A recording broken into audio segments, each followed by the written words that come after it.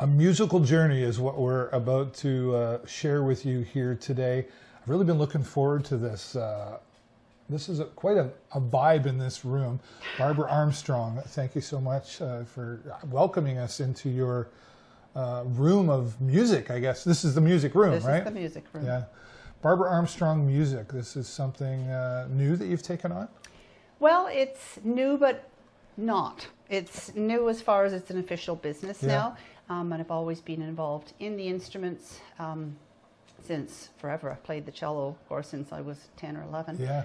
And then it just kind of blossomed, just played and had to get my instrument repaired. And so I always took a great interest in instruments, in the stringed instruments, how they worked, how they functioned, how they were built, how they were repaired. Spent a lot of time with luthiers repairing my own instrument for various things. Yeah.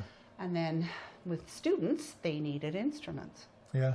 So then I started bringing in instruments, and that kind of blossomed. Yeah. We just had a conversation before we started the camera about setting up an instrument, and you asked me, what does that mean to you? And I was like, well, tuning it. And then I got an education on that. So what is setting up an instrument? So a stringed instrument, so violin, viola, cellos, or basses, have to be what's called set up. So when they come, unless a luthier has actually set it up professionally, it's not set up and ready to go. Okay. And anybody could just throw a bridge on and put strings on, and the instrument will not sound its best. Okay. And I'm sorry, you call it a luthier? A luthier is someone who not only builds instruments, repairs instruments, and does all the work on an instrument. Okay. They can also build bows, but usually it's instruments or repair. Right. So a setup is absolutely crucial to have the instrument sounding its best. Yeah. Without it, you're not only going to have the sound not be as good, there's a good setup and a great setup and in-betweens and a terrible setup. Right. But if it's not set up at all, you're starting out at zero. Yeah. So lots of issues happen if an instrument is not set up, including too much tension, not enough tension, whatever that looks like can be damaged. The instrument can be damaged, Right. but it won't sound right. So you don't just go buy a cello? Well, it depends where you go buy cello. If you go to a string shop, for example, well, such as this is now a string shop, but there are lots of string shops that are specifically focusing on stringed instruments. Right. Those instruments will be set up. Yeah. Because they have luthiers, they're either luthiers themselves, or they hire someone to do that for them, Right. which is what I have to do because I'm not a luthier. So I have all my instruments that I bring in are generally new. The ones I bring in are new. I do sell some used ones. Right. But the new ones, well, I pay the luthier to set them up. Yeah. So that they're in good playing condition. I handpick them. I handpick the strings. I tell them what I want on it. I had to go pick them up myself. Right. So they're ready to go, and I can stand behind the product. Nice. Now, talk about, we've got all these cellos and cello cases, and I learned that there's no such thing as a fiddle. It's all a violin. They're violins. Fiddle is the style of playing. I didn't know that for years. And most people make that mistake, and that's okay. He's a fiddle player. Yeah. A fiddle player has a violin. Like, Yeah. you know, Shane Cook, he's an amazing Yep. fiddle player. He has a violin. Yeah, that's cool. So talk about what we're seeing here behind me and around this room. Well, I tend to like having instruments in stock because you can't sell an instrument if people want to try them. Absolutely. And that makes sense. And not only do I sell them, I also have local rentals. Yeah, you want to test drive the car. You do. Yeah. And the problem is it's a very expensive business. It's very expensive. So there's no such thing as a cheap cello and unless you don't care what it sounds like. And I mean, I don't sell anything that's below a certain standard. Right. So I have certain brands that I use. Eastman, for example, is a big one.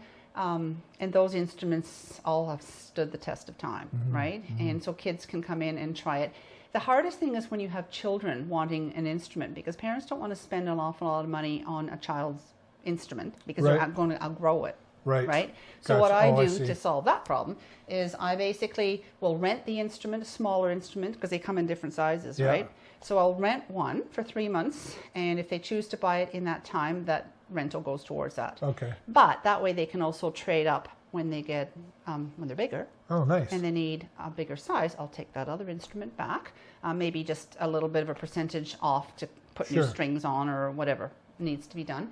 and then they can get a larger instrument. And even if they continue, because let's be honest, children, I want to do that, I want to do that, and then they do it, and then, I don't want to do that anymore. Right? I'll take it back. Sometimes it may be a consignment, but if they upgrade to something, I'll always take it back unless, So now I've bought the instrument. Where do I learn to play? You do that too? I do teach. I've been teaching probably forever, it seems. I started actually teaching when I was in University of Regina doing a Bachelor of Music and cello performance. And my cello teacher didn't really want to have, he was the university professor there. Okay. And he didn't want to teach all the little ones. He was too busy with the major the cello majors, right.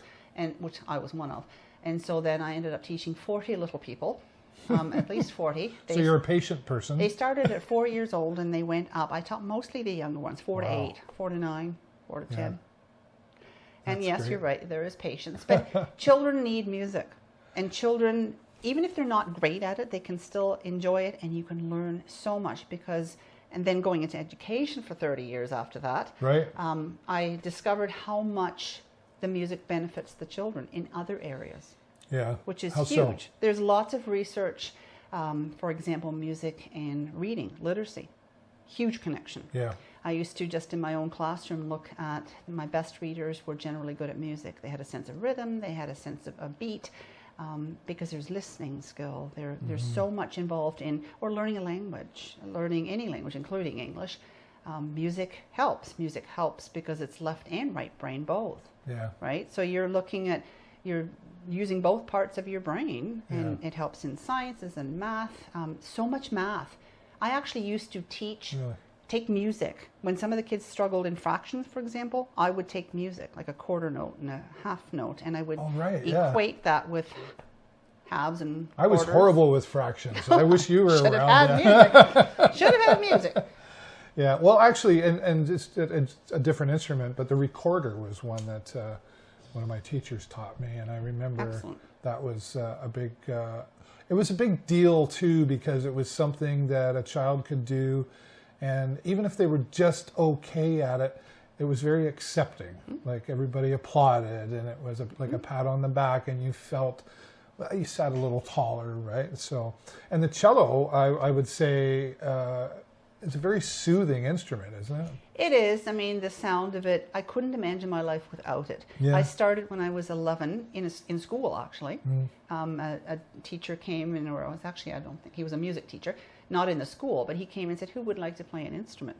And I said, I would like to play cello, because my sisters at the time played violin and viola. Oh, okay. So I ended up, we didn't actually have a trio, but they kind of quit and I kept going. But the recorder, you mentioned that. There are so many instruments that are easy and inexpensive to get into kids' hands. Yes. So I sell recorders and ukuleles and glockenspiel and different instruments for children that they can get into their hands and play. Yeah. So my own grandson loves music. He's 4. Yeah. That little cello over there is for him one day. And he's already got a ukulele and he's got those instruments. And kids can still learn music, even if it's not something fancy. It can be just a recorder. Well, it's a creative side, as you mentioned, using both sides of brains, but it's like, even if I just tap that string on the ukulele, you'll get a sound. I did something, and I made that noise or sound. Hopefully a sound. The noise, right? Yeah. So, but there's also a lot of coordination, right?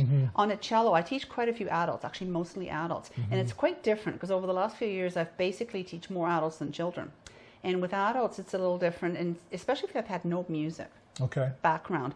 And they are amazed at how much coordination there are between right hand on the cello and left hand on the cello. It's one of those, and it's just. Could you teach me? Because, I mean this. I can't walk and chew gum at the same time. So I can sit you down and have you playing Twinkle Twinkle in the first lesson. No kidding, eh? Guaranteed. Wow, I might be out here taking a lesson. Barring the worst situation, but that's basically my goal. So people are absolutely amazed when they can sit down. And I've had 2 kinds of students, the ones that pick it up immediately and the ones that don't. Right. I very rarely have an in-between. It's either they really struggle, really challenging for them, or they just pick it up naturally. Because a lot of stuff that we do on the cello is not natural. I mean, we don't usually have a piece of wood that's sitting between your knees and you're playing it. No. I would find that awkward in the beginning. There are some things that are awkward, but that's why it's so important to have somebody who actually is a cellist Right. or a violinist teaching you those instruments. So you get set up, there's that word again, setting up your playing posture. Everything about it is huge, because if you spend, a year or two with someone who doesn't know any of that, you come to someone who does know, and now you have to relearn everything. Yeah. So it's harder Yeah. to relearn everything. Now you've got bad habits, and I don't want those bad habits. Yeah. But my adults are all doing extremely well. The other thing is they're very hard on themselves. They're harder on sure. themselves than the children even. Yeah. Because they're adults, right? Right. Yeah, we're our own worst critic after a certain age, right? So you began this journey, though, Barbara Armstrong Music, because obviously you have a super amount of experience. But I would say the first thing you have to look at is there a need for this? You have to fill that need, and you're finding that this is there's been a gap.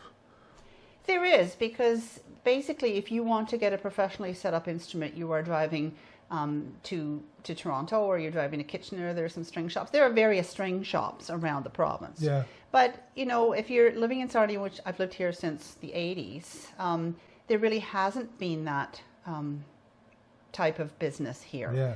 And I want children to get good instruments, because you don't want their careers kiboshed before they even get started. Yeah. If you have an instrument that sounds hideous, whether it's an adult or a child, they're not going to continue. I understand that children can quit anyway. But if you have something that's sounding not very good, maybe you don't care. But most people do care. And they can hear the difference. Yeah. When people come in here, what I do is before they buy an instrument, I'll get their budget, what their budget allows. I will get them whatever the size instrument. I will play, because they can't play them at this point. I play different instruments, whether it's 1 or 2 or 3 different instruments. They can generally tell the difference between a better one and a not so good one. Yeah, right. I mean, you do get what you pay for. So if you have something, you can't expect anything from a $200 cello if you can find one online somewhere. And the problem with a used one, if you don't know what you're looking for, I do know what I'm looking for, and I have bought used ones. And if you don't know that you got to set it up properly. But now you also have an instrument that could have damage, could have cracks, could have all kinds of things, and it's not going to sound good. Or even just the bridge is so high that you can't actually play. Yeah. So there's so many things. I can look at a used instrument, and I have purchased all kinds of them that I now take to a luthier. I have them check it over, repair anything that's required, and that way I have some used instruments that are not quite as pricey as some of the other instruments that I carry. And I know you've got the strings here and everything. Like you're really a full service then. Absolutely. Between the purchase to the lessons. And I would gather that in teaching, there's quite a relationship that you have to build between you There has to be a connection. and the student, and that goes a long way if someone's taking this on as a musical journey. It's expensive business, so you do have to have a connection. And I was that student that had to really like my teacher, and I did. I had amazing teachers all the way along, and lots of different ones. And then I went to university in Germany for a year in Cologne at the university there, and had an amazing teacher. He just made such a difference. Just such a huge dramatic difference just in my technical ability. Yeah. And you have to understand that everybody is not going to want to go the same direction you are. They may not want to be professional cellists. They may not want to be in a symphony. They may just want to be playing in their living rooms, or maybe play some duets or with some friends or little groups. So you have to look at all of those different aspects when you start teaching someone. Right? You don't want to say, well, you're going this direction. And I know there are different teachers that only take certain students that want to go towards Bachelor of Music or, into whatever symphony. That's fine. And Germany was like that. You had to choose which program you were in. I was in an orchestral program. I could have been in a soloist program. I could have been in music history. I could have been in theory. I could have been in different. They stream you completely. So you are not in a general bit of everything. Yeah. So it's very specialized. Yeah. But when you look at the average person, they don't want to necessarily. Now, maybe a university town's different, right? Sure. If you are heading to university, that's going to be your career path. Chances are you're going to be with a teacher. And I can get you there. I'm not saying that I can't get you there, but I get more of the people that don't want to go to university and become cellists or become professional players. It's a love passion. Yeah, they do it for fun. I want to get to be this good so I can play some duets with my friend. Yeah. on the And you violin. perform yourself a lot, right? You're for I do. hire for that as well? Absolutely. Play a lot of weddings, cocktail parties, dinners, you name it, I will play it. You know, my career is kind of getting closer to the tail end of it, but when you are a musician and you've done it professionally for that long, it's never done. Yeah. You never quit. You never give it up completely. Who are these friendly folks in Well, here? these are my They're a part of the Barbara Armstrong music, right? These are my musical Springer Spaniels that have been raised to sit through cello lessons from when they were They've just couple got of this months new fella old. here in the room they want to keep checking out. I get it. But they're So- well behaved. But you know what? They're very good dogs. And the kids, you know, the kids love the animals. When they come to lessons, if they don't want the animal around, the dogs around, then I will remove them. But Yeah. basically, every one of them loves them. Yeah. My adults, kids, they all love them. Part of the experience the here at Barbara Armstrong Music, right? You know, and what would something maybe we haven't shared yet would be that, like, why you? Like, what's different about you than somebody else who's had as much experience, or like it feels like you're very unique at what you do? Well, the passion has to be there. And as much as I'm getting older, aren't we all? Yeah. The passion has not gone. And Yeah. and when I see, and I've been in education for 30 years and Yeah. retired as a principal, and you saw so many children where they may not have been academics, but the arts, they shone in the arts. Music, drama, art. I had clubs going, I had various things in my schools, and I could see it on the faces of the kids. They loved the music, they loved the arts. They may not have been even sports-minded or academic, but the music was something that just spoke to them. The passion has to be there. I'm doing this mostly for fun, for enjoyment, because I want to see a child or adult with a good instrument. I don't want you to come with something that's sounding horrible, you're frustrated, we're all frustrated. I want you to have something that's good and doesn't break the bank. If I can I tailor packages to suit your budget and your, whatever, your needs at the time.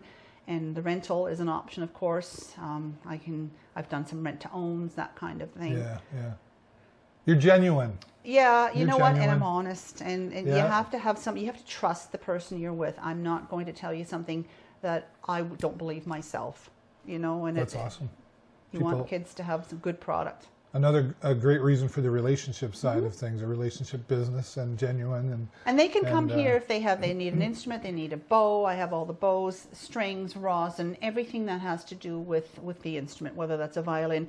I sold my first bass the other day. Oh, there you go. That was an interesting experience because Barbara has never dragged a bass around. I carry a cello, and the cello doesn't weigh anything like the bass. No. So the person at the company put it into the car. My husband took it out, and I had to take it to the customer. I thought, oh, okay. How's this going to go? Took up my whole car. There you go.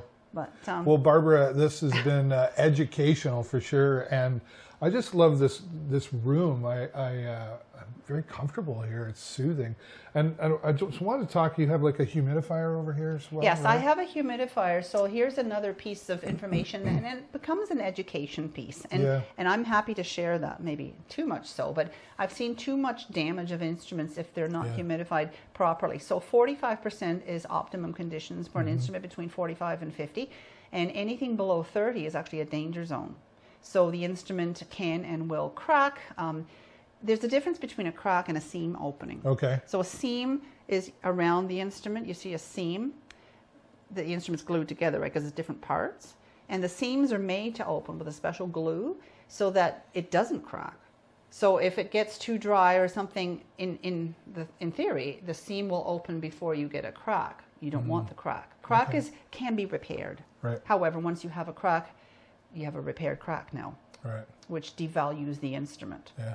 So all or older instruments, or most, have some sort of repair. That's just to be expected, right? Depending how old the instrument, and we have 300-year-old instruments around. There's right? so much that I would have never guessed, but that's one reason why you would talk to Barbara Armstrong at Barbara Armstrong Music on Facebook, right? Yes, I have a Facebook page, Barbara Armstrong Music, Okay. and I have a web page. You can just put in Barbara Armstrong Music, and it comes up as well. That's fantastic. So now what we're going to do, I'm going to ask you, would you play for us a little bit? I can. Wonderful. So keep watching. Here comes Barbara Armstrong. So this is a carbon instrument that was built for me by a company in London, Prima Sonora. And they make beautiful carbon instruments, which doesn't react to the temperature and the humidity. So this is an instrument I use outside, outdoors for weddings, outdoor, which a lot of weddings are outdoors now. But I don't sell these ones. It's just one that I use. I sell basically spruce and maple carved instruments. You can get laminate instruments, which are heavier, but they don't have quite the same sound as the spruce and the maple. They're less expensive, so that is an option for people. They've also come up with some spruce and laminate, like hybrid instruments. So there's quite a variety, but still I would say the best route to go is a spruce and maple carved instrument.